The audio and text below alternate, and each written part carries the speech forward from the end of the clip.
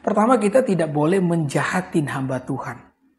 Ya, saya mengatakan ini agar saudara belajar memberikan rasa hormat kepada hamba Tuhan, khususnya kepada pendeta-pendeta yang ada di gereja saudara. Ya, karena saya sebagai hamba Tuhan yang seringkali khotbah ya ke sana kemari, saya selalu mendengar ya curhatan beberapa jemaat yang tidak suka dengan gembalanya. Ya kan? Mereka tidak suka karena gembalanya mungkin makan uang perpuluhan, atau gembalanya begini, gembalanya begitu. Saya katakan meskipun pendetamu kurang sana, kurang sini, bukan haknya kita untuk menghakimi.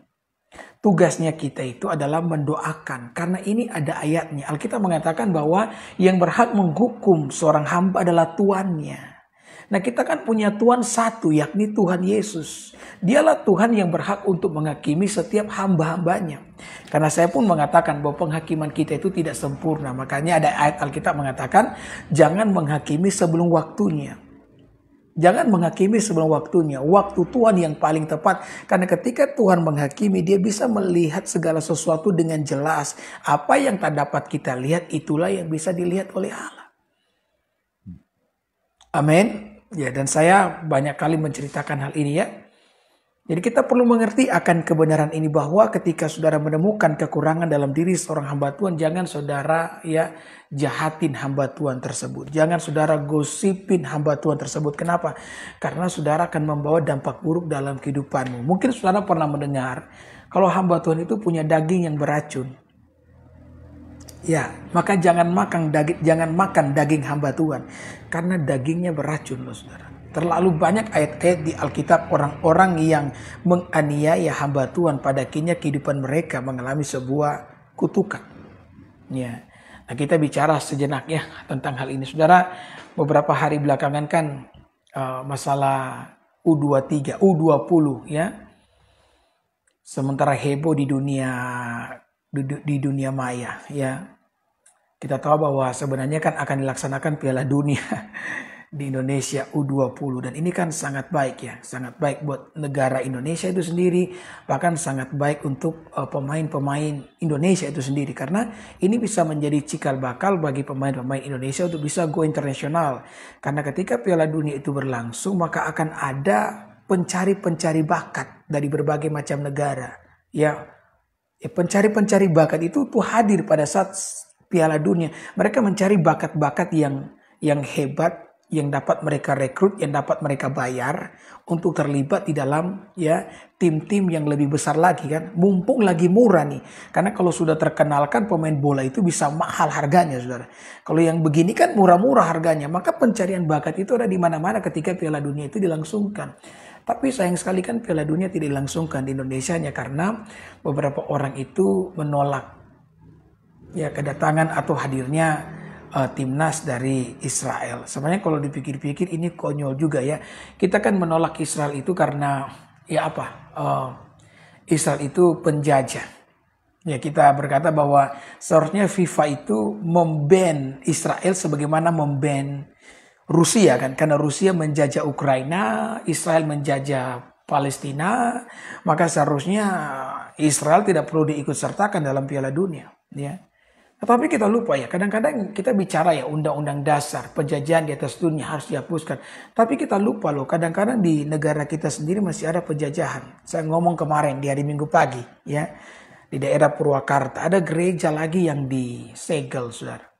Kenapa gereja disegel? Karena tidak memenuhi standar hukum yang ada. Tidak memenuhi standar hukum yang ada. Nah, saya pikir kalau misalkan gereja itu tidak memenuhi standar hukum yang ada, maka pemerintah seharusnya membantu untuk memenuhi standar hukum yang ada. Tapi kan kita lihat selama ini ada begitu banyak daerah-daerah tertentu yang mau urus izin gereja saja sulit kan? Ya. Makanya ada orang yang mengatakan, kenapa ada lagu gereja tua? Karena mau urus izin gereja baru susah. Ya.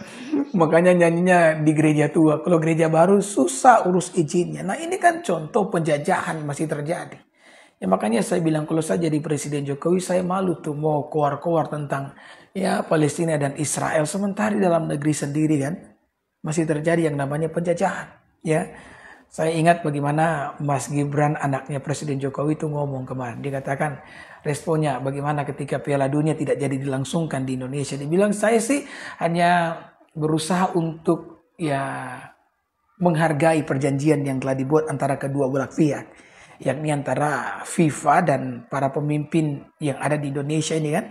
Jadi kan sebelum segala sesuatu diselenggarakan atau segala sesuatu dipersiapkan, kan ada perjanjian terlebih dahulu. Ya, dan segala perjanjian telah diterima. Ya termasuk dengan kedatangan timnas dari Israel. Tetapi kenapa yang kemudian ketika segala sesuatu telah dipersiapkan, ya tinggal 2 minggu tunggu drawing, kemudian Israel itu ditolak. Ya. Ini merupakan kerugian yang besar terjadi di Indonesia, saudara. Kenapa saya katakan demikian? Karena persiapan yang diadakan itu, kata Menteri Pariwisata dan Sandiaga Uno tuh, dia ngomong bahwa jumlah uang yang digelontorkan itu hampir 3,7 triliun. Itu jumlah yang tidak sedikit. Kenapa? Karena ada 2 stadion besar yang harus direhab agar standarnya FIFA. Kemudian ada 10 atau 12 lapangan untuk latihan kan? Ya, ini kan luar biasa, kerugian yang luar biasa sudah. Belum lagi ya kerugian ya masyarakat ya yang seharusnya bisa menyambut.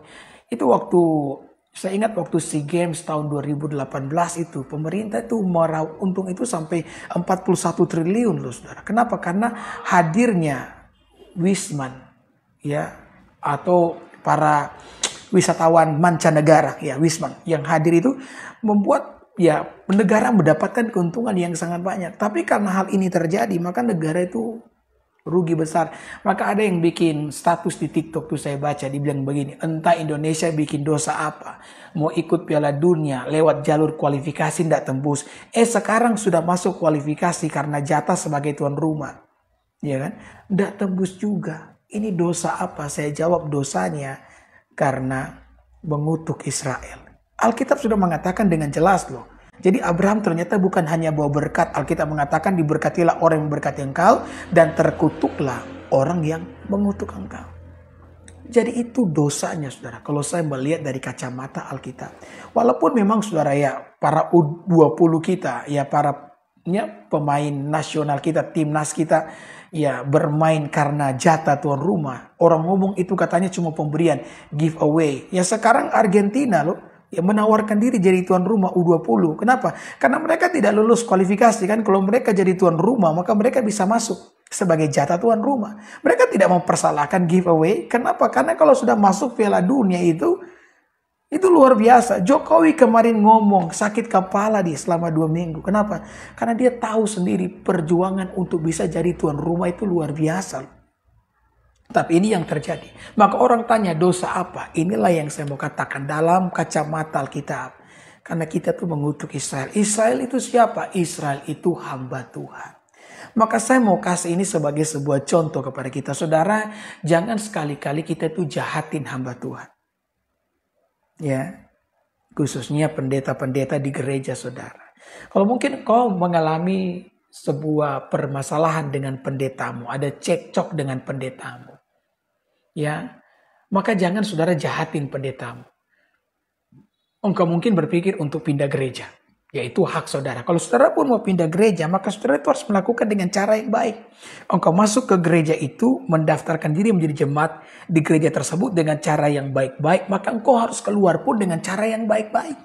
Jangan engkau keluar dengan cara yang tidak baik. Kemudian di luar sana engkau mulai ya menceritakan kekurangan daripada ya pendeta tersebut. Karena ketika engkau melakukannya itu akan membawa kerugian yang besar atas kehidupan saudara.